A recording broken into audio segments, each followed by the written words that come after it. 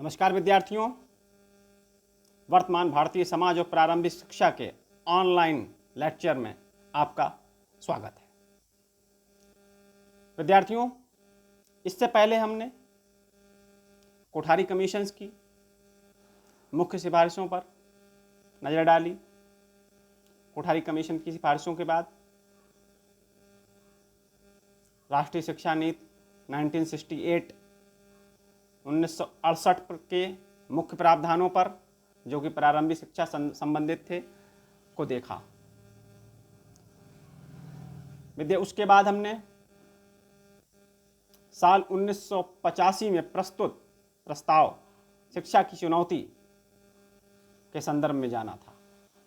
उसी प्रस्ताव से, शिक्षा की चुनौती नामक प्रस्ताव से जो निष्कर्ष निकले, वह निष्कर्ष राष्ट्रीय शिक्षा नीति 1986, जिसको नई शिक्षा नीति 1986 भी कहते हैं, हमारे सामने आई। राष्ट्रीय शिक्षा नीति 1986 ने जो विद्यालयी शिक्षा के लिए विशेष प्रावधान किए, आज हम उन पर अध्ययन करेंगे। राष्ट्रीय शिक्षा नीति 1986 में सर्वप्रथम जो निर्देश दिया गया वह यह था कि विद्यालयी शिक्षा को विकासात्मक आवश्यकताओं से जोड़ा जाए। यानी जो स्कूल की शिक्षा व्यवस्था है, उसका जो प्रबंधन है, उसको देश की जरूरतों के हिसाब से विकासात्मक दृष्टि से एक दीर्घकालीन परिप्रेक्ष्य में तैयार किया जाए। यानी स्कूली शिक्षा इस दृष्टि से हो कि हम आने वाले समय में राष्ट्र की आवश्यकताओं की पूर्ति कर सकें। सिर्फ पढ़कर घर पर बैठने वाली नहीं, ये कहने वाली नहीं कि हाँ हम हाई स्कूल पास हैं, हम इंटरमीडिएट किए हुए हैं, ये नहीं। वो जो इंटरमीडिएट है, उसके व्यवहार में, उसके कार्य में वह स्तर, एजुकेशन का वह स्तर दिखना चाहिए। इसको लेकर दूसरा निर्देश विद्यार्थियों, राष्ट्रीय शिक्षा नीति 1986 के मुख्य स्कूली शिक्षा के संदर्भ में प्रावधानों पर हम चर्चा कर रहे हैं। इसमें दूसरा निर्देश था, प्राथमिक शिक्षा बाल केंद्रित हो, चाइल्ड सेंटर्ड। इसकी व्यवस्थाएं, इसकी शिक्षण विधियां बाल मनोविज्ञान के अनुरूप हों, विद्यार्थियों के समर्थन में हों, विद्यार्थियों के हित की हों, उनकी संभावनाओं को अधिक से अधिक निखारा जा सके। इस प्रकार की शिक्षा बाल केंद्रित शिक्षा कहलाती है, जिसके लिए शिक्षा नीति 1986 में निर्देशित किया गया। विद्यार्थियों, इससे अगला सुझाव, प्रारंभिक स्तर पर गतिविधि आधारित शिक्षा हो, यानी लर्निंग बाय डूइंग। बच्चा अपने बालपन में जितना शब्दों से नहीं सीखता है, उससे अधिक कार्य को कर कर या कार्य को होते हुए देखकर सीखता है, क्योंकि उसकी अनुकरण की भावना प्रबल होती है। पहला सुझाव, राष्ट्र की विकासात्मक आवश्यकताओं की पूर्ति वाली शिक्षा हो। दूसरी, गुणवत्तापूर्ण शिक्षा हो, चाइल्ड सेंटर्ड हो। अगली बात जो कही गई कि लर्निंग बाय डूइंग से संबंधित शिक्षण विधियां स्कूली शिक्षा के लिए अपनाई जाएं। अगला इनका निर्देश, बच्चों को पढ़ाने वाले शिक्षकों और शिक्षा संस्थाओं को अधिक सुविधाएं दी जाएं। यहाँ पर शिक्षकों के प्रशिक्षण की भी बात है, उनके वेतन की भी बात है, उनकी सेवा शर्तों की भी बात है, और उन संस्थाओं को अनुदान देने की भी बात है जो स्कूली शिक्षा व्यवस्था से संबंधित है। पर्यावरण संरक्षण पाठ्यक्रम में शामिल हो। ये साल 1986 की बात है विद्यार्थियों, जब देश में जनसंख्या बढ़ती जा रही होगी,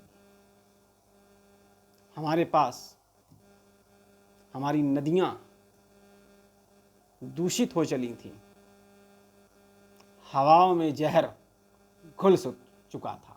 ये वो समय है। तो पर्यावरण संरक्षण की चिंता 1986 में कर ली गई थी, जिसको हमारी शिक्षा नीति में शामिल भी किया गया कि पर्यावरण संरक्षण स्कूली पाठ्यक्रम में शामिल हो। छात्र को किसी भी कक्षा में फेल न किया जाए, ये भी सुझाव शिक्षा नीति 1986 में था। विद्यार्थी को किसी भी कक्षा में फेल न करने का सुझाव राष्ट्रीय शिक्षा नीति 1986 में निर्देशित था। कार्य अनुभव पर बल दिया जाए, अगला सुझाव था इनका। वर्क एक्सपीरियंस, विद्यार्थी को जो सिखाया जाए उस सिखाने वाले काम को वह करके सीखे।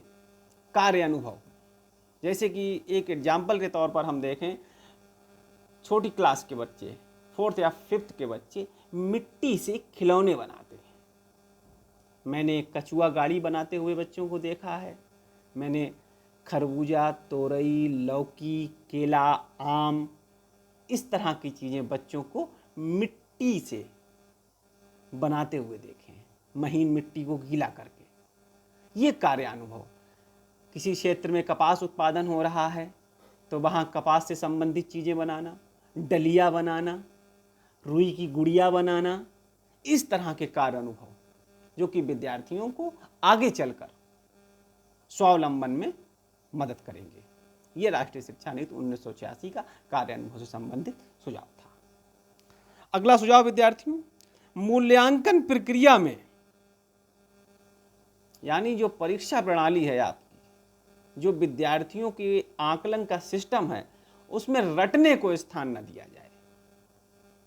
यानी इसी स्तर पर विद्यार्थी आलोचनात्मक चिंतन के लिए प्रेरित हो, समझ और बोध का समावेश करते हुए पाठ्य वस्तु को ग्रहण करे, ना कि रटकर। जैसे कि कोई, अक्सर हम देखते हैं कि संस्कृत जिनको नहीं आती है, जिनको बहुत अच्छी अंग्रेजी नहीं आती है, वो छोटी कोटेशन को रट लेते हैं। लेकिन यदि उसकी व्याकरण सम्मत उनसे व्याख्या करने को कहा जाए तो ये कार्य संभव नहीं हो पाता है। अर्थात रटन पद्धति को छोड़कर हम समझ और बोध की ओर आगे बढ़ें, जिससे कि विद्यार्थियों का चिंतन स्तर विकसित हो। ये शिक्षा नीति 1986 का एक महत्वपूर्ण निर्देश था। प्रश्न पत्र निर्माताओं को प्रशिक्षण दिया जाए कि किस तरह के प्रश्न, किस तरह की समझ को जांचने के लिए आवश्यक है। पूरे देश में राष्ट्रीय मूल्यांकन सेवा शुरू की जाए, यह भी इनका एक महत्वपूर्ण सुझाव।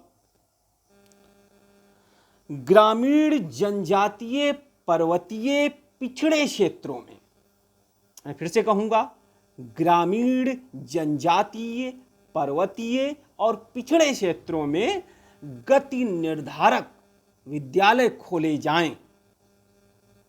आपके लिए यह नया शब्द होगा विद्यार्थी, गति निर्धारक शब्द, गति निर्धारक विद्यालय, यह शब्द आपके लिए नया होगा, लेकिन सुना है आपने। गरीब, पिछड़े, जनजातीय, पर्वतीय इलाकों में जिन गति निर्धारक स्कूलों को खोलने की बात की गई, ये वही विद्यालय हैं जिन्हें आज हम जवाहर नवोदय विद्यालय के नाम से जानते हैं।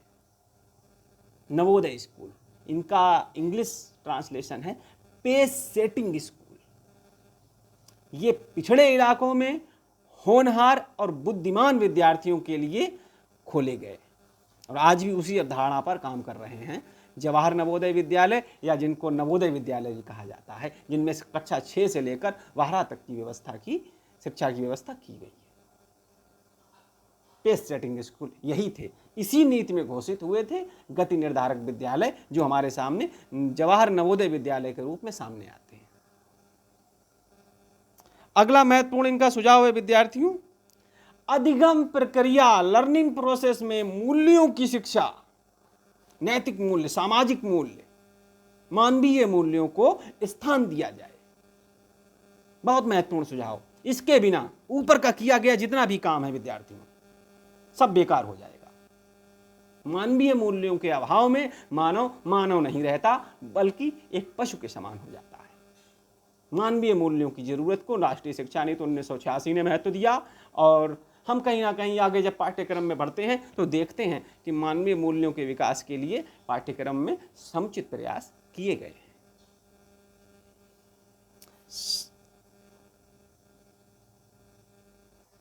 कितना महत्वपूर्ण सुझाव अगला आ रहा है। कह रहे हैं कि बालक, विद्यार्थी, बच्चा राष्ट्रीय संपत्ति है। इसके संवर्धन, संरक्षण के लिए शैक्षिक संस्थाओं द्वारा पूर्ण रूप से प्रयास किया जाए। राष्ट्रीय संपत्ति है, और इन्हीं कमीशंस, इसी नीति में यह भी कहा गया कि भारत का भविष्य कक्षाओं में निर्मित हो रहा है। अगला महत्वपूर्ण निर्देश विद्यार्थियों, ऑपरेशन ब्लैक बोर्ड के तहत प्रत्येक विद्यालय में 2 शिक्षक एवं 2 कमरे अवश्य हो। OBB, ऑपरेशन ब्लैक बोर्ड, जो प्रारंभिक कक्षाओं की न्यूनतम आवश्यकताओं की पूर्ति के लिए चलाया गया था, संसाधनों की पूर्ति के लिए चलाया गया था, जिनमें चौक, खड़िया, डस्टर, चटाई, टेबल, मेज, कुर्सी, लर्निंग मटेरियल सभी कुछ था। इन आवश्यकताओं व संसाधनों की पूर्ति के लिए प्रारंभिक शिक्षा में चलाया जाने वाला प्रोग्राम ऑपरेशन ब्लैक बोर्ड ही था, और इसका नाम ब्लैक बोर्ड इस संदर्भ में दिया गया कि बिना ब्लैक बोर्ड के हम प्राथमिक कक्षाओं की परिकल्पना को पूरा नहीं कर सकते।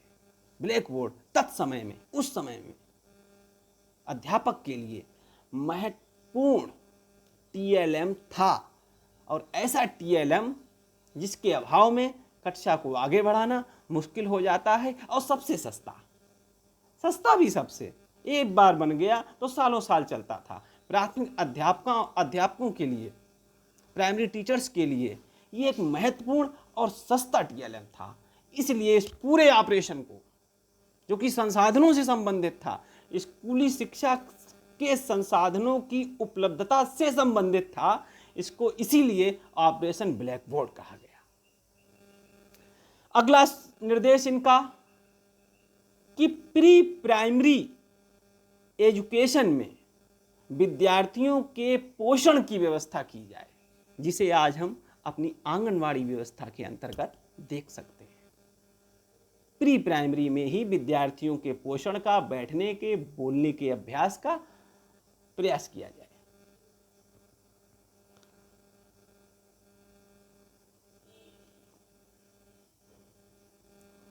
अगला सुझाव और अंतिम सुझाव कि शिक्षकों के स्तरोन्नयन के लिए, यानी उनके शैक्षिक और मानसिक विकास के लिए प्रयास किए जाएं, उन्हें समय समय पर प्रशिक्षण दिए जाएं, उनकी सेवा शर्तों में सुधार की जाए, और उनके विकास से छात्रों के, विद्यार्थियों के विकास को गति प्रदान की जाए। विद्यार्थियों, ये तो थे राष्ट्रीय शिक्षा नीति 1986 के स्कूली शिक्षा के संदर्भ में महत्वपूर्ण निर्देश। इससे आगे हम इसी शिक्षा नीति 1986 में जो कुछ संशोधन किए गए 1990 में, उन पर चर्चा करेंगे, और शिक्षा नीति 1986 का प्लान ऑफ एक्शन बनाया गया 1992 में, उसके मुख्य बिंदुओं पर चर्चा करेंगे। आज के वीडियो लेक्चर सेशन में इतना ही। धन्यवाद, शुक्रिया।